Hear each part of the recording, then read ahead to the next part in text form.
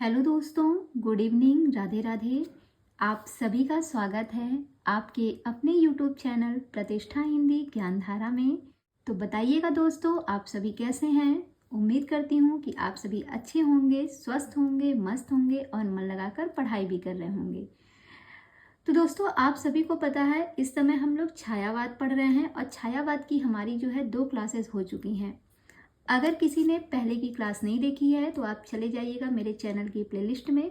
वहाँ पर आधुनिक युग की जो प्लेलिस्ट बनी हुई है वहाँ पे आप जाएंगे तो आपको भारतेंदु युग, द्विवेदी युग और छायावाद युग तीनों की वीडियोस वहाँ पे मिल जाएगी। तो जो भी टॉपिक आपने नहीं पढ़ा है वहाँ से आप पढ़ सकते हैं।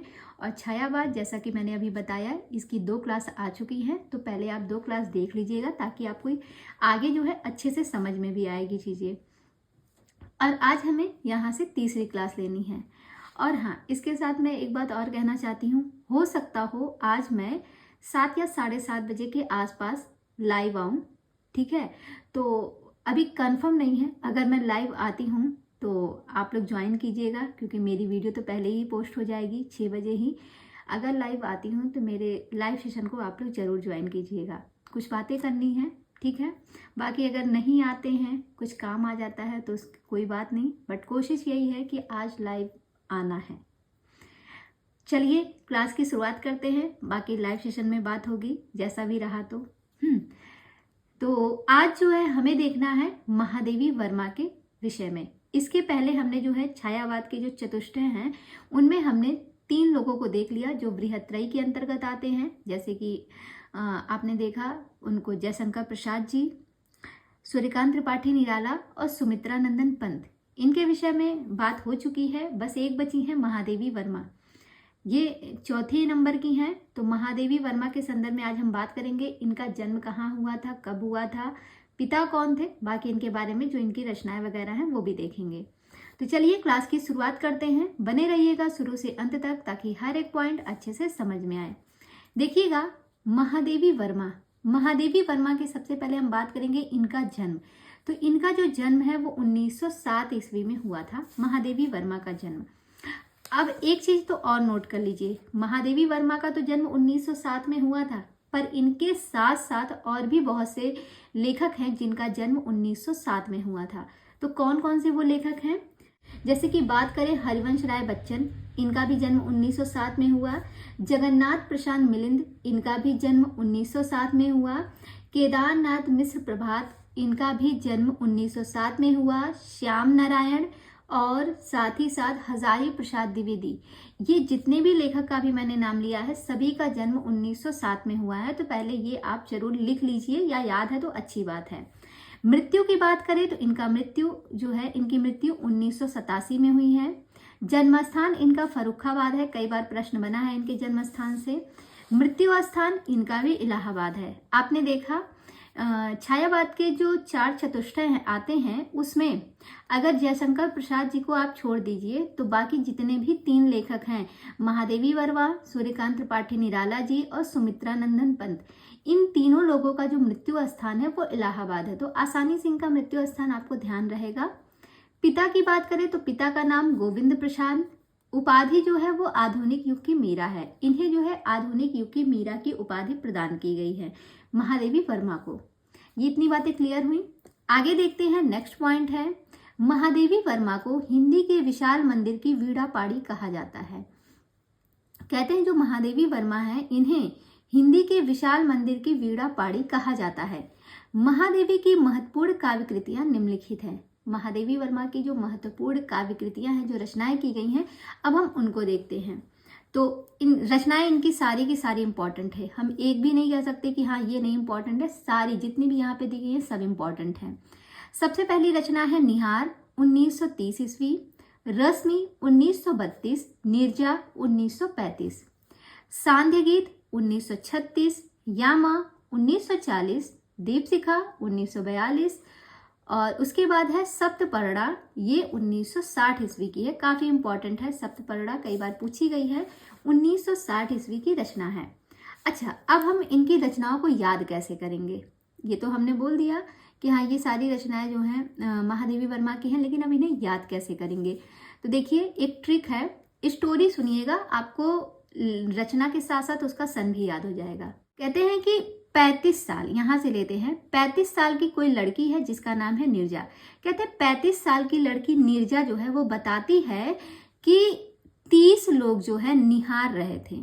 30 लोग निहार रहे थे, निहारना यानी कि देखना। 30 लोग निहार रहे थे, किसको निहार रहे थे? रश्मि की बत्तीसी को। रश्मि की बत्तीसी यानी कि रश्मि जो है वो बत्तीसी यानी कि 32 की रचना है। तो नीरजा जो है वो 35 साल की है, वो आके बताती है कि 30 लोग निहार रहे थे रश्मि की बत्तीसी को। इतना समझ में आया? बत्तीसी को निहार रहे थे, और कब निहार रहे थे? सांध्य के समय। सांध्य यानी कि शाम के समय। सांध्य के समय निहार रहे थे, और कैसे? तिरछे तिरछे होकर निहार रहे थे। तिरछे तिरछे, 3 और 6 कनेक्ट हो रहा ना। सांध्य के समय तिरछे तिरछे उसको निहार रहे थे। जब कोई किसी को, आप लोगों मतलब अपनी भाषा में अगर आप बात कीजिए, तो जब कोई किसी को निहारता है तो क्या तिरछा, ऐसे तिरछे ताड़ता है ना, तो कहते हैं भैया पता नहीं कहाँ है वे हमें तिरछे ताड़त रहे हैं। सामने बोलते तो हम कुछ बोलबो करती, सामने हम रही थे, लेकिन पता नहीं कहाँ हमें तिरछे ताड़त रहे। तो जब इंसान किसी को ताड़ता है, निहारता है, तो तिरछा ही देखता है कि नहीं? तो वैसे ही नीरजा नाम की एक लड़की है जो 35 साल की है, वो कहती है कि 30 लोग निहार रहे थे रश्मि की बत्तीसी को सांध्य के समय तिरछे होकर। तिरछे तिरछे सांध्य में, यानी कि शाम के टाइम में तिरछे तिरछे उसको निहारा जा रहा था रश्मि की बत्तीसी को। इतना समझ में आया? अच्छा, इतना जब होता है तभी जो है यामा, वहीं पे एक लड़की है यामा जो है वो वहां से चल देती है। ये सारी बातें जो है नीरजा बताती है, यामा भी वहीं पे ये बातें सुनती है। तो यामा जो है ये सुनकर वहां से चल देती है। यामा चल से 40 हो जाएगा। यामा चल देती है, चल से 40। तो यामा कब की हो गई? 40 की हो गई। तो यामा चल देती है, क्यों चल देती है? यामा चल देती है चारों दीप जलाने 60 सप्तपर्णा में। क्या करती है? यामा चल देती है, चल से 40 हो गई, चारों दीप जलाने, चारों 4 और 2, चारों दीप जलाने। तो 4 और 2 किसका समय हो गया? दीप शिखा का समय हो गया। तो चारों दीप जलाने कहाँ पे चल देती है? 60 सप्तपर्णा में। तो 60 से हो जाएगा 1960, और सप्तपर्णा में यानी कि सप्तपर्णा में वो दीप जलाने चली गई। ट्रिक समझ में आई? एक बार फिर से स्टोरी सुनिएगा। कहते हैं कि 35 साल की एक नीरजा नाम की लड़की है जो बताती है कि 30 लोग निहार रहे थे रश्मि की बत्तीसी को शाम के समय तिरछे होकर। तभी यामा जो है वहां से चल देती है, चारों ओर यामा जो है वहां से चल देती है चारों दीप जलाने, चारों ओर, या फिर चारों कहिए, चारों दीप जलाने 60 सप्तपर्णा में। कहाँ पे चारों साइड दीप जलाने जा रही है? तो 60 सप्तपर्णा में जा रही है। बस यहाँ से कनेक्ट हो गया, सारी रचनाएं आपको याद भी होगी सन के साथ। आगे बढ़ते हैं। नेक्स्ट पॉइंट है महादेवी वर्मा कृत यामा में उनके निहार, रश्मि, नीरजा और सांध्य गीत के महत्वपूर्ण गीतों का संकलन किया गया है। जो उनकी पहली रचना है निहार, इनकी जो 5वें नंबर की रचना है यामा, कहते हैं जो महादेवी वर्मा की रचना यामा है उसमें निहार, रश्मि, नीरजा और सांध्य गीत, स्टार्टिंग की जो चारों रचनाएं हैं उसका, उनके गीतों का संकलन किया गया है। और यामा पर ही महादेवी वर्मा को भारतीय ज्ञानपीठ पुरस्कार प्राप्त हुआ है। देखिए जो रचनाएं होती है ना, जैसे जो महत्वपूर्ण लेखक होते हैं उनकी रचनाओं को पूछा जाता है। अगर रचनाएं नहीं पूछी जाती तो सन पूछा जाएगा, और सन भी नहीं पूछा जाता तो सबसे महत्वपूर्ण है उनकी रचनाओं को आप क्रम से बताइए। तो अगर आपको महादेवी वर्मा की सारी रचनाएं याद हैं, ठीक है, और रचनाओं के साथ साथ आपको सन याद है, भले ही आपने क्रम से ना याद किया हो, लेकिन आपको ये तो याद है कि यामा 40 में लिखी गई, रश्मि की बत्तीसी को देखा गया, ऐसे आपने ट्रिक से याद किया। तो जब आपको रचनाएं दिखेंगी ना तो आप तुरंत उसका सन लिख लेंगे कि अच्छा ये रचना तो इस सन में थी, मैंने याद किया था। तो आप उसको क्रम से लगा सकते हैं, रटने की ज़रूरत नहीं है। आप सन लिखेंगे, उसके बाद आप क्रम से उसको खुद सेट कर लेंगे। और अगर रटेंगे तो कभी कभी चीज़ें गड़बड़ हो जाती हैं, तो इसलिए सन से रचनाओं को अगर याद कर लीजिए तो रट्टा मारने की ज़रूरत नहीं है। और अगर आपको सन याद है तब तो आप उसको क्रम से लगा ही सकते हैं, चाहे जैसा क्वेश्चन आए। आगे बढ़ते हैं। ये पॉइंट आपका क्लियर हो गया कि महादेवी वर्मा की जो रचना है यामा, वो जो है उसमें निहार, रश्मि, नीरजा, सांध्य गीत सारे महत्वपूर्ण गीतों का संकलन किया गया, और यामा पर ही जो है इनको भारतीय ज्ञानपीठ पुरस्कार भी दिया गया। नेक्स्ट पॉइंट है महादेवी वर्मा कृत सप्तपर्णा में ऋग्वेद के मंत्रों का हिंदी काव्यानुवाद संकलित है। कहते हैं महादेवी वर्मा की जो रचना है सप्तपर्णा, इसमें जो है ऋग्वेद के मंत्रों का हिंदी में काव्यानुवाद किया गया है। इंपॉर्टेंट पॉइंट है। अयोध्या सिंह उपाध्याय हरिऔध ने महादेवी वर्मा के प्रथम काव्य संकलन निहार की भूमिका सन 1930 में लिखी थी। निहार जो कि 1930 की रचना है, इसकी भूमिका किसने लिखी थी? जो कि महादेवी वर्मा का प्रथम काव्य संकलन था, तो इसकी भूमिका जो है वो हरिऔध ने लिखी थी, ध्यान रखिएगा। आगे कहते हैं महादेवी वर्मा की ब्रजभाषा और आरंभिक खड़ी बोली की कविताओं का संकलन सन 1984 ईस्वी में प्रथम आयाम शीर्षक से प्रकाशित हुआ। कहते हैं महादेवी वर्मा की ब्रजभाषा और आरंभिक खड़ी बोली की कविताओं का संकलन सन 1984 ईस्वी में प्रथम आयाम शीर्षक से प्रकाशित हुआ। काफी महत्वपूर्ण पॉइंट है, ध्यान रखिएगा। कब प्रकाशित हुआ था? तो 1984 ईस्वी में। इनकी जो ब्रज भाषाएं और आरंभिक खड़ी बोली की जो कविताएं हैं, इनका संकलन जो है वो प्रथम आयाम शीर्षक से 84 में प्रकाशित हुआ था। आगे कहते हैं महादेवी वर्मा को बौद्ध दर्शन से प्रभावित रहस्यवादी कवित्रयी के रूप में स्वीकार किया गया है। इन्हें ये जो थी ये बौद्ध दर्शन से प्रभावित थी और इन्हें जो है रहस्यवादी कवित्रयी के रूप में स्वीकार किया गया है। इनका सर्वाधिक प्रिय प्रतीक जो है वो दीपक और बादल है। ये प्रश्न तो कई बार पूछा भी गया है कि महादेवी वर्मा का प्रिय प्रतीक क्या है, तो दीपक और बादल है। काफी बार ये प्रश्न आ चुका है परीक्षा में, तो इम्पोर्टेंट है ये भी। देखिए जो आ चुका है ऐसा नहीं है कि वो नहीं आएगा, कभी कभी चीजें रिपीट होती हैं। हो सकता हो ये क्वेश्चन आपका पीजीटी में आया हो, टीजीटी में कभी नहीं आया हो तो टीजीटी में पूछ सकता है, टीजीटी में आया हो तो कभी एलटी में नहीं आया होगा तो एलटी में पूछ सकता है, या जीआईसी में पूछ सकता है। ऐसा नहीं है कि वो आएगा ही नहीं, आता है। ठीक है, तो सारे क्वेश्चन आपको पढ़ने चाहिए। आगे बढ़ते हैं। छायावाद के अन्य कवि कौन कौन से हैं, अब उनको हम देखेंगे। अभी तक हमने छायावाद के बारे में देखा कि उसके संदर्भ में लोगों ने बहुत से कथन कहे थे, उसके प्रवर्तक कौन थे। फिर छायावाद में जो मुख्य रूप से 4 लेखकों की गिनती की जाती है, जो चतुष्टय आते हैं, उन चारों लोगों का हमने विस्तृत अध्ययन किया। अब जो है छायावाद के कुछ और भी कवि हैं, ऐसा नहीं था बस वही 4 लोगों ने छायावाद में रचनाएं की थी, और भी लेखक थे। तो अब एक एक करके उन कवियों के बारे में भी पढ़ेंगे और साथ ही साथ उनकी रचनाओं को भी देखेंगे। इसमें बात करें तो सबसे पहले कवि आते हैं उदय शंकर भट्ट। उदय शंकर भट्ट का जन्म 1998 ईस्वी में हुआ था और इनकी मृत्यु 1966 ईस्वी में हुई थी। जन्म कब हुआ था? 1998 में हुआ था, मृत्यु जो है 66 में हुई थी। रचनाएं इनकी कौन कौन सी थी? इनकी रचनाएं हैं राका, मानसी, विसर्जन, युगदीप, अमृत और विष। ये अमृत और विष जो है ये उपन्यास है, आप लोग जानते हैं। अमृतलाल नागर की रचना है और विधा क्या है? उपन्यास है। ध्यान रखिएगा, यहाँ पे जो अमृत और विष है ये उदय शंकर भट्ट की है। ठीक है, आप जानते हैं विष किसने पिया था? शंकर जी ने विष पिया था, तभी तो उनका नाम नीलकंठ पड़ा। गले जो उनका गला है वो पूरा नीला है ना, तभी तो उनका नाम नीलकंठ पड़ा। नीलकंठ शंकर जी का पर्यायवाची है। तो कभी अगर भूलिएगा कि किसकी काव्य रचना है, एक तो आपको याद है कि अमृत और विष जो उपन्यास है वो अमृतलाल नागर का है, ये तो क्लियर है, ये तो काफी प्रसिद्ध है।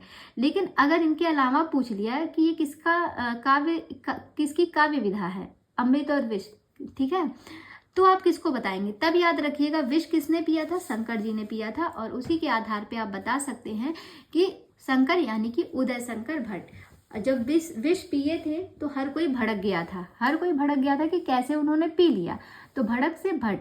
हाँ, ये इस तरीके से आप याद रख सकते हैं। तो उदय शंकर भट्ट याद हो जाएगा नाम आसानी से, इन्हीं का है यथार्थ और कल्पना, ये इनकी 4 रचनाएं हैं उदय शंकर भट्ट की। एक बार और देखिएगा, राका, मानसी, विसर्जन, युगदीप, अमृत और विष, यथार्थ और कल्पना। आगे बात करते हैं मोहनलाल महतो वियोगी। ये अगले कवि हैं, ये भी छायावाद में ही रचनाएं किए थे। मोहनलाल महतो वियोगी, इनका जन्म 1899 में हुआ था और मृत्यु 1990 में हुई थी। इनकी जो रचनाएं हैं वो हैं निर्माल्य 1926 ईस्वी, एक तारा, कल्पना। कल्पना कब की है? 1935 ईस्वी की है। ये मोहनलाल महतो वियोगी की रचना है। निर्माल्य 1926, एक तारा और कल्पना। कल्पना कब की है? 35 की है। आगे बात करते हैं लक्ष्मी नारायण मिश्र। लक्ष्मी नारायण मिश्र जो है इनका जन्म 1903 में हुआ था। कब हुआ था? 1903 ईस्वी में इनका जन्म हुआ था लक्ष्मी नारायण मिश्र का। इन्हें कैसे याद रखेंगे? देखिए, लक्ष्मी में 3 वर्ड हैं, लक्ष्मी। तो लक्ष्मी में 3 वर्ड है, यानी कि 1903 में इनका जन्म हुआ था और इनकी जो मृत्यु है वो 1987 में हुई थी। यहाँ दिया नहीं है बट आप इसको नोट कर लीजिए। इनका जो मृत्यु है वो 1987 ईस्वी में हुआ था, 1903 में जन्म हुआ था।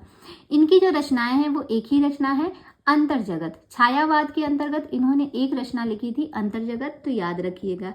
तो आप याद रख सकते हैं। कैसे याद करेंगे कि मतलब ये इन्हीं की रचना है। तो कहते हैं इस अंतर्जगत में लक्ष्मी छाई है। इस अंतर्जगत में क्या छाई है? तो कहेंगे इस अंतर्जगत में लक्ष्मी छाई है। तो याद हो जाएगा, इस अंतर्जगत में लक्ष्मी छाई है, यानी कि अंतर्जगत जो रचना है ये लक्ष्मी नारायण मिश्र की है। अगले कवि है डॉक्टर रामकुमार वर्मा। इनकी बात करें तो इनका जन्म 1905 ईस्वी में हुआ था। 1990 में इनकी मृत्यु हुई थी। इनकी जो रचनाएं हैं वो है रूप राशि 1931 ईस्वी, निशित, चित्ररेखा 1935 और आकाशगंगा। ये 4 रचनाएं हैं किसकी? रामकुमार वर्मा की। ध्यान रखिएगा, रूप राशि 1931, निशित, चित्ररेखा 1935, आकाशगंगा। आकाशगंगा इनकी महत्वपूर्ण रचना है। आगे बात करते हैं जनार्दन प्रसाद झा द्विज। जनार्दन प्रसाद झा द्विज, इनका समय नहीं दिया है बट इनकी रचनाएं हैं। एक है अनुभूति और दूसरी है अंतर्ध्वनि। एक रचना है अनुभूति, दूसरी है अंतर्ध्वनि। आगे बात करेंगे, अगले जो लेखक हैं वो हैं गोपाल सिंह नेपाली जी। इनका जो समय है वो है 1913 ईस्वी। 1913 में इनका जन्म हुआ था, 1963 ईस्वी में इनकी मृत्यु हुई थी। इनकी जो रचनाएं हैं वो है पंछी, रागिनी, उमंग। उमंग जो है ये 1934 ईस्वी की रचना है। अब इनका जो जन्म है वो 1913 में हुआ था। तो याद रख सकते हैं 13 नेपाली। नेपाली जो है वो कितने थे? तो 13 थे। नेपाली कितने थे? 13 थे। 13 नेपाली थे और इनकी रचनाएं हैं पंछी, रागिनी, उमंग। अभी इसको आप याद रख सकते हैं। एक ट्रिक है कि तेरे नेपाल में पंछी उमंग से रागिनी गाते हैं। तेरे नेपाल में पंछी उमंग से रागिनी गाते हैं। तेरे से 13 हो जाएगा, तेरे नेपाल से नेपाली, गोपाल सिंह नेपाली। तेरे नेपाल में पंछी उमंग से रागिनी गाते हैं। इस ट्रिक से जो है आप इनको याद रख सकते हैं। या फिर आप ऐसे भी याद रख सकते हैं कि नेपाली तेरे देश में रागिनी नाम की पंछी उमंग से गाती है। नेपाली तेरे देश में रागिनी नाम की पंछी जो है उमंग से गाती है। इस तरीके से भी आप इनको कनेक्ट कर सकते हैं। एक चीज और बताना चाह रहे हैं, वो छूट गया था, दिमाग में नहीं आया। यहाँ पे जो अभी आपने देखा ना कि लक्ष्मी नारायण मिश्र, इनका जो जन्म है 1903 ईस्वी में हुआ था। इनके साथ साथ और भी लेखक हैं जिनका जन्म 1903 में हुआ था, तो आप उसको भी नोट कर लीजिए। एक है इलाचंद जोशी, दूसरे हैं यशपाल, तीसरे हैं भगवती चरण वर्मा और चौथे हैं यही लक्ष्मी नारायण मिश्र। तो ये 4 लेखक हैं जिनका जन्म 1903 ईस्वी में हुआ था। इस पॉइंट को आप याद रखिएगा, नहीं तो गड़बड़ हो जाएगा। और इनको मतलब हम कैसे याद रखेंगे? ट्रिक से। तो इसके लिए जो एक ट्रिक है वो ये है कि इलाचंद लक्ष्मी कमाने के लिए भगवती के चरण पकड़कर 3 बार यश बोलते हैं। इलाचंद जो है वो लक्ष्मी कमाने के लिए क्या करते हैं? भगवती के चरणों में जाते हैं और उनके चरणों में जाकर 3 बार यश बोलते हैं। तो देखिए, इलाचंद से हो जाएगा इलाचंद जोशी, लक्ष्मी से हो जाएगा लक्ष्मी नारायण मिश्र, भगवती से हो जाएगा भगवती चरण, ठीक है। उनके चरण को पकड़कर 3 बार क्या बोलते हैं? 3 बार यश बोलते हैं। तो 3 से हो जाएगा इन लोगों का समय 1903 और यश से हो जाएगा यशपाल। कनेक्ट हो गया ना कि कौन कौन से लेखक जो हैं 1903 में जन्मे थे? तो यही 4 लेखक हैं जो 1903 में जन्मे थे। तो इस पॉइंट को आप ध्यान रखिएगा, गड़बड़ मत कीजिएगा। और हाँ, एक चीज और जो मुझे बतानी थी, मैंने सोचा यहीं पे बता दूं, नहीं तो दिमाग में अभी आ गया। महादेवी वर्मा की जो रचनाएं हम लोग पढ़ रहे थे उनके रचनाओं के संदर्भ में। अभी यहाँ पर हमने इनकी सारी रचनाओं को पढ़ा, पर इसमें एक चीज मैं बताना भूल गई, उसको आप लोग नोट कर लीजिए। शायद कुछ लोगों को पता हो और कुछ जिनको नहीं पता है वो लिख लेंगे, और पता है तो रिवीजन हो जाएगा आपका। जैसे इनकी जो रचना है निहार, ठीक है, निहार जो है इसमें जो कविताओं की संख्या है वो 47 कविताएं इसमें हैं। रश्मि जो है इसमें 35 हैं। नीरजा की बात करें तो नीरजा में 58 है। सांध्य गीत जो है इसमें 45 है। और जब इन सब का संकलन जो है यामा में किया गया है, अभी आपने ये चीज पढ़ी थी, तो टोटल जो यामा में कविताएं हैं वो कितनी हैं? 185 कविताएं हैं।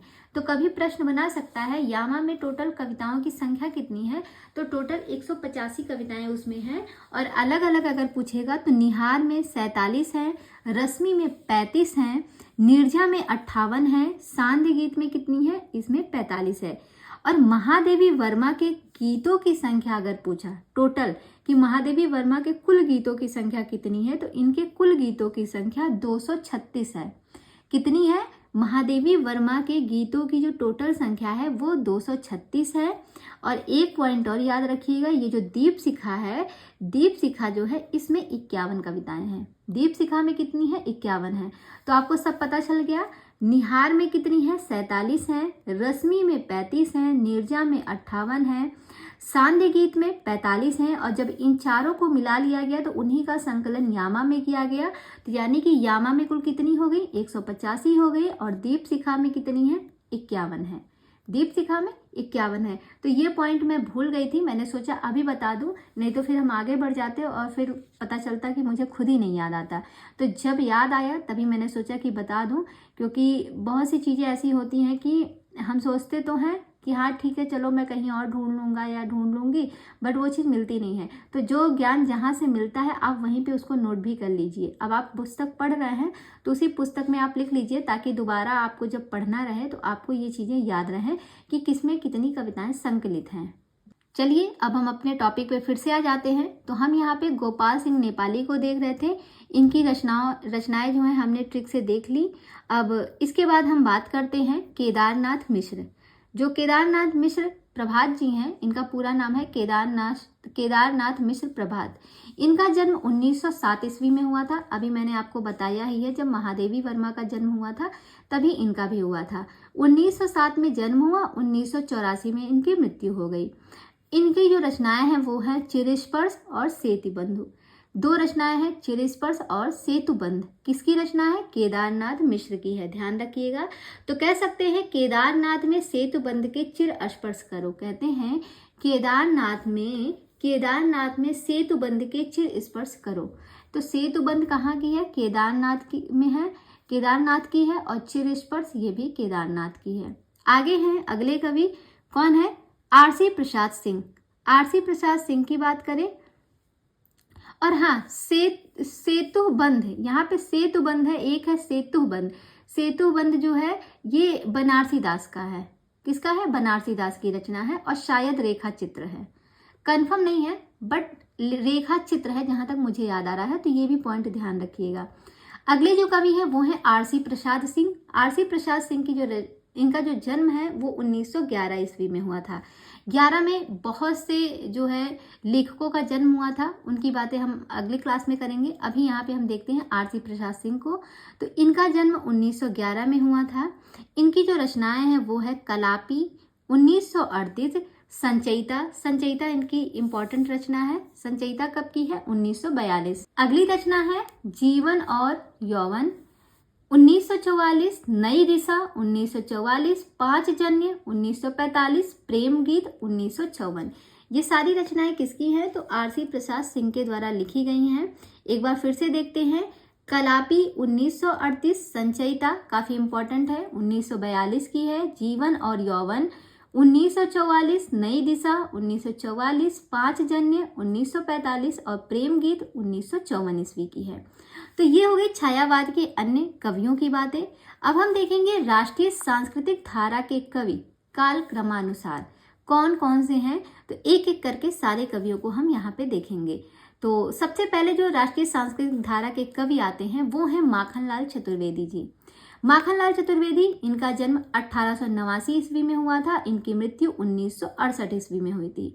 सबसे पहले तो हम इनका जन्म याद करते हैं। कहते हैं माखन की बात करें तो कहते हैं माखन जो है वो 8 से 9 घंटे में जम जाती है। जब कोई पूछे कि भैया माखन बनाना है कितने देर में तैयार हो जाएगा, तो कहते हैं माखन तो 8 से 9 घंटे में तैयार हो जाएगी, लेकिन नष्ट कब होगी, तो छठ से नष्ट हो जाती है। माखन तैयार होने में तो 8 से 9 घंटे लगता है, लेकिन अब मान लिया माखन कोई लेके आ रहा और रास्ते में मटका फूट गया, तो छठ से तो नष्ट हो गया ना। छठ यानी कि ये छठ से आप इनको 6 और 8 को कनेक्ट कर लेंगे। छठ 6 और 8 याद हो जाएगा। माखन जो है वो 8 से 9 घंटे में तो बन के तैयार हो जाती है, लेकिन छठ से नष्ट भी हो जाती है। तो मृत्यु का समय 6 और 8 हो गया और जन्म 8 से 9 यानी कि 89 हो गया। ये माखनलाल चतुर्वेदी का जन्म और मृत्यु है। अब इनकी रचनाओं को हम देखते हैं। इनकी जो रचनाएं हैं, पहली है हिम किरीटिनी 1943 ईस्वी, हिम तरंगिनी 1949, माता 1951, समर्पण 1956 ईस्वी। ये 4 रचनाएं जो हैं माखनलाल चतुर्वेदी के द्वारा लिखी गई है। हिम किरीटिनी 1943, हिम तरंगिनी, देखिए ये जो हिम तरंगिनी है ये वही रचना है जिस पर जो है सबसे पहले साहित्य अकादमी पुरस्कार मिला था। हिंदी साहित्य जगत में सबसे पहले साहित्य अकादमी पुरस्कार जो है माखनलाल चतुर्वेदी को मिला था और उनकी हिम तरंगिनी रचना पर ही उन्हें मिला था। इस पॉइंट को आप ध्यान रखिएगा। इनकी रचना है माता। माता जो है वो 1951 की है और उसके बाद है समर्पण। समर्पण 1956 की है। तो ये हो गई बात माखनलाल चतुर्वेदी जी के संदर्भ में और उनकी रचनाओं को हमने देख लिया। अब हम बात करेंगे सियाराम शरण गुप्त। इनका जन्म 1895 ईस्वी में हुआ और 1963 में इनकी मृत्यु हुई थी। इनकी जो रचनाएं हैं, मौर्य विजय 1914 ईस्वी, अनाथ 1917, दुर्वादल 1924, विषाद 1925, आर्द्रा 1927, आत्मोत्सर्ग 1931, पाथेय 1933, मृडमयी 1936, बापू 1937, उन्मुक्त 1940, दैनिकी 1942 और नकुल कब की है, 1946 की है। ये सारी की सारी रचनाएं किसकी हैं, सियाराम शरण गुप्त की है। काफी महत्वपूर्ण रचनाएं हैं, एक बार फिर से देखते हैं। मौर्य विजय 1914 ईस्वी में लिखी गई, अनाथ 1917। कहते हैं अनाथ कब इंसान हो जाता है, जब किसी के माँ और बाप दोनों नहीं रहते हैं, एक साथ दोनों चले जाते हैं, कोई नहीं रहता है, तो वो अनाथ हो जाता है। अनाथ कब होता है, जब एक साथ कोई नहीं बसता उसके पास, उसके एक भी साथ नहीं होता। अनाथ व्यक्ति कब होता है, जब उसके पास एक भी साथ देने वाला उसका ना हो, तो वो अनाथ हो गया ना। तो अनाथ जिसके पास एक भी साथी ना हो, एक भी साथी, एक और साथ याद हो जाएगा, एक साथ यानी कि 17। दुर्वादल कब की है, दुर्वादल जो है ये 1924 ईस्वी की है। तो आज जानते हैं ना कि जो है दुर्वादल को आप ऐसे कनेक्ट कीजिएगा कि 2-4 लोग होते हैं जो हमेशा जो है दल को बदलते रहते हैं। दुर्वादल करते रहते हैं कितने लोग, 2-4 लोग जो है हमेशा दुर्वादल करते रहते हैं, याद हो जाएगा।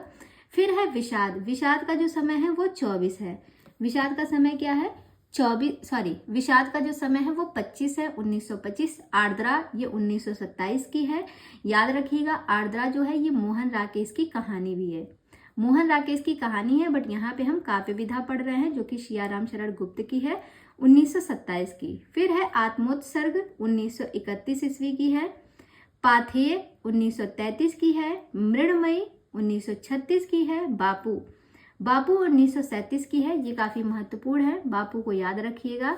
अगली रचना है उन्मुक्त 1940 की है, दैनिकी 1942 की है। उसके बाद है नकुल 1946 ईस्वी की रचना है। तो ये सारी रचनाएं सियाराम शरण गुप्त जी के द्वारा लिखी गई हैं। आगे बात करेंगे, जो अगले कवि हैं वो हैं बालकृष्ण शर्मा नवीन जी। इनका जो जन्म है 1897 ईस्वी में हुआ और इनकी मृत्यु 1960 ईस्वी में हुई। बात करें इनकी रचनाओं की, तो इनकी रचना है कुमकुम 1939, रश्मि रेखा, अपलक, क्वासी, हम विश्वाई जन्म के, विनोबा स्तवन और उर्मिला। इनकी जो रचनाएं हैं सबसे महत्वपूर्ण कौन कौन हैं, एक है क्वासी, काफी बार पूछी गई है, हम विश्वाई जन्म के, ये भी कई बार पूछी गई है, विनोबा स्तवन ये भी कई बार पूछी गई है।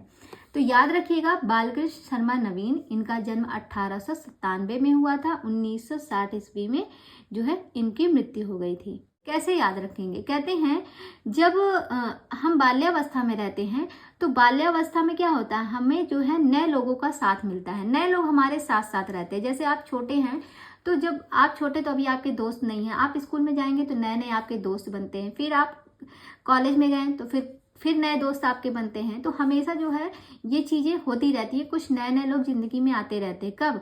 बाल्यावस्था में। जब स्कूल चेंज होता है तो जो है हमारे दोस्त भी चेंज हो जाते हैं। तो आप कैसे याद करेंगे कि बाल्यावस्था में जो है नए लोग साथ रहते हैं। नए से हो जाएगा, नए से 9 हो गया और 7 से 7 हो गया। बाल्यावस्था में नए लोग साथ रहते हैं। वहीं मृत्यु के समय जो है 60 वर्ष के ऊपर के लोग ही हमारे साथ रहते हैं। और जब हमारा मृत्यु का समय आता है तो उस मृत्यु के समय में क्या छोटे लोग आते हैं? नहीं आते हैं। जो बड़े बुजुर्ग लोग रहते हैं वही लोग हमारे साथ आते हैं कि नहीं? घर पे बड़े बुजुर्ग लोग ही जाते हैं घर पे देखने की, अच्छा भाई उनकी डेथ हो गई है तो मम्मी पापा ही जाएंगे, फिर हम लोग थोड़ी ना जाते हैं, बच्चे नहीं जाते ना। तो 60 साल के बाद वाले जो होते हैं वो मरने के समय वो लोग आते हैं, लेकिन बाल्यावस्था में हमें नए नए लोगों का साथ मिलता है। तो याद हो जाएगा 9 7 नए 7 यानी कि 9 और 7। और 60 साल जब मृत्यु होती है तो 60 साल के बाद के लोग हमारे साथ आते हैं, उनका हमें साथ मिलता है। ये तो इनका समय हो गया। इनकी रचनाएं हैं कुमकुम 1939, रश्मि रेखा, आपलक, क्वासी, हम विश्वाई जन्म के, विनोबा स्तवन, उर्मिला। अगली जो कवि हैं, अगली कवित्री आगे बात करेंगे। अगली जो कवित्री हैं वो है सुभद्रा कुमारी चौहान जी। इनका जो जन्म है 1905 ईस्वी में हुआ था और 1948 ईस्वी में इनकी मृत्यु हुई थी। तो कहते हैं बड़ा शुभ, शुभ से सुभद्रा कुमारी चौहान। कहते हैं बहुत ही शुभ टाइम था। कब? जब हमने 5 मिनट में 48 क्वेश्चन हल कर लिए। 5 मिनट में 48 क्वेश्चन हल किए यानी कि बहुत ही शुभ टाइम था वो, जब हमने 5 मिनट में 48 क्वेश्चन हल किए। शुभ से सुभद्रा, जन्म इनका 5 में हुआ और 48 में इनकी मृत्यु हो गई। इनकी रचनाएं है त्रिधारा, मुकुल। मुकुल कब की है? 1931 ईस्वी की है। त्रिधारा और मुकुल जो है ये किसकी रचना है? सुभद्रा कुमारी चौहान की है। अगले जो कवि हैं वो हैं जगन्नाथ प्रसाद मिलिंद। इनका जो जन्म है 1907 ईस्वी में हुआ, मैंने बताया ही था अभी थोड़ी देर पहले। इनकी मृत्यु 1986 ईस्वी में हुई। जगन्नाथ प्रसाद मिलिंद, इनका जन्म 1907 में हुआ और मृत्यु 1987 में हुई। इनकी रचनाएं हैं जीवन संगीत 1940, नवयुवक के गान। जीवन संगीत 1940 की है, नवयुवक के गान। ये 2 रचनाएं जो हैं इनके द्वारा लिखी गई हैं। तो कहते हैं इस जग का सत्य जो है, इस जग का सत्य जीवन में संगीत ही है, वह हर नवयुवक के गान में दिखता है।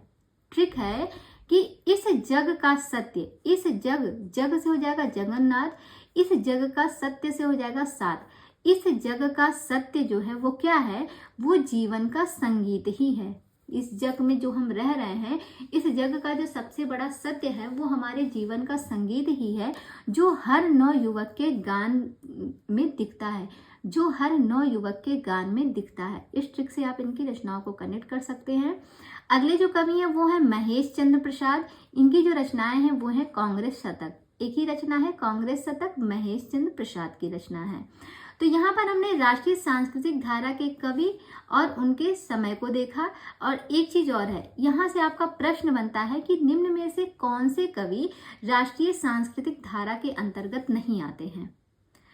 तो सारे कवियों को ध्यान भी रखना। अभी तो हमने एक एक पढ़ लिया, तो इसमें कौन कौन से कवि आते हैं वही जितने लोगों को हमने पढ़ा। कौन कौन से कवि हैं? माखनलाल चतुर्वेदी हैं, सियाराम शरण गुप्त हैं, बालकृष्ण शर्मा नवीन हैं, सुभद्रा कुमारी चौहान हैं और जगन्नाथ प्रसाद मिलिंद जी हैं। हाँ, एक लोग और हैं, महेश चंद्र प्रसाद। ये इतने लेखक हैं जो राष्ट्रीय सांस्कृतिक धारा के अंतर्गत आते हैं। अब इन्हें हम याद कैसे करेंगे? इसकी एक ट्रिक है, लिख लीजिएगा।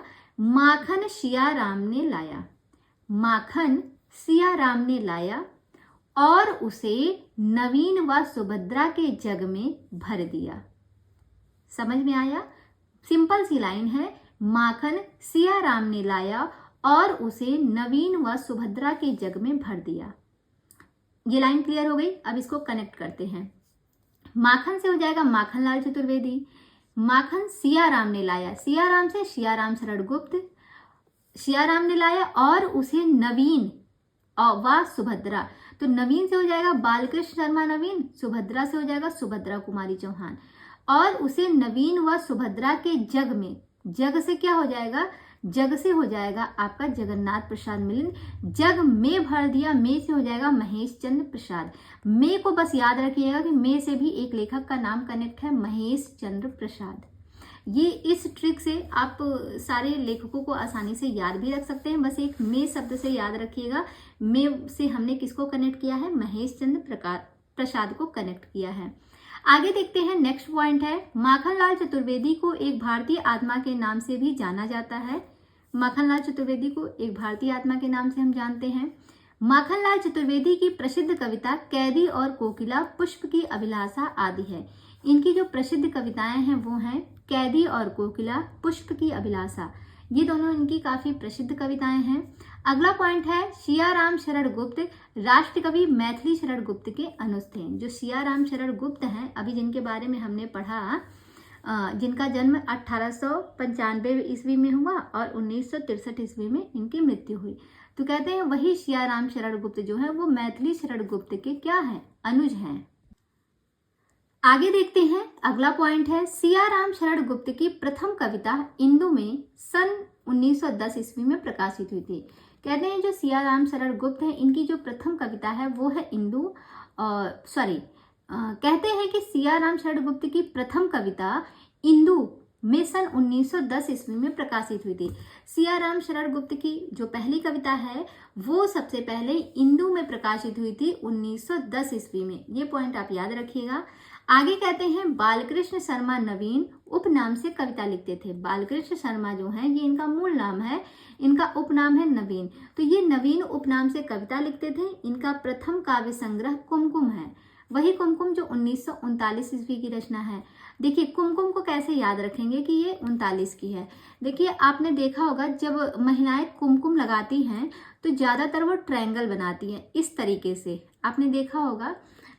ऐसे वो आंखों के पास साइड में अक्सर करके ऐसे ही जो है वो अपना जब श्रृंगार करती हैं इस तरीके से ट्रायंगल बनाती है ना, तो तीनों लगाती हैं, तीनों से 3 और 9 को कनेक्ट कीजिएगा, 3 बिंदी लगाती हैं, 3 कुमकुम लगाती हैं, तो तीनों लगाती हैं एक साथ, तो तीनों से हो जाएगा 3, ठीक है, 3 और 9, कुमकुम का समय क्या हो जाएगा, 3 और 9 1939, याद हो जाएगा। ऐसे ही कुमकुम लगाती हैं, आपने देखा होगा।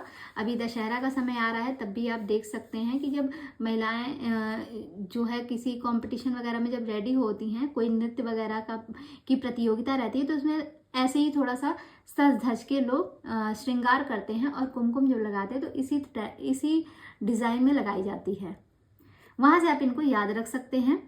आगे कहते हैं, नेक्स्ट पॉइंट है, सुभद्रा कुमारी चौहान का जन्म प्रयाग जिले के निहालपुर गांव में हुआ था।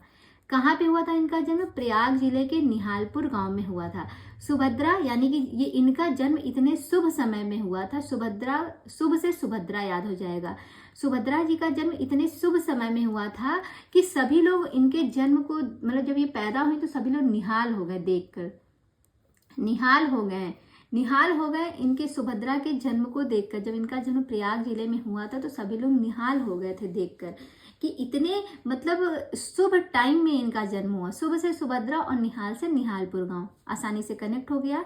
इनकी रचनाएं हैं कौन कौन सी, झांसी की रानी, झंडे की इज्जत में, स्वदेश के प्रति और जलियांवाला बाग, ये सुभद्रा कुमारी चौहान की रचनाएं हैं। याद कर सकते हैं कि सुभद्रा कुमारी चौहान जो है इनकी झांसी की रानी काफी प्रसिद्ध रचना है। कहते हैं कि झांसी की रानी झंडे की इज्जत बचाने के लिए स्वदेश के प्रति क्या कर बैठी, जलियांवाला बाग में चली गई।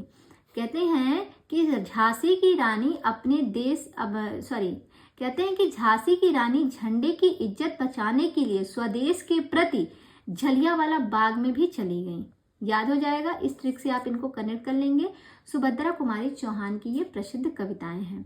तो इसी के साथ आज की क्लास को हम यहीं पे रखते हैं। आज थोड़ा मुझे काम है इसलिए क्लास में आगे कंटिन्यू नहीं कर रही हूँ। कल जो है इसकी ये लास्ट क्लास रहेगी, इसके बाद हम छायावाद की पंक्तियों को देखेंगे। तो अगर क्लास अच्छी लगी हो, ट्रिक समझ में आई हो, तो प्लीज़ कमेंट करके ज़रूर बताइएगा। वीडियो को लाइक करना मत भूलिएगा और अगर चैनल को अभी तक सब्सक्राइब नहीं किया है तो चैनल को भी सब्सक्राइब ज़रूर कर लीजिए। तो मिलते हैं कल ठीक शाम 6 बजे। तब तक के लिए बाय बाय, टेक केयर।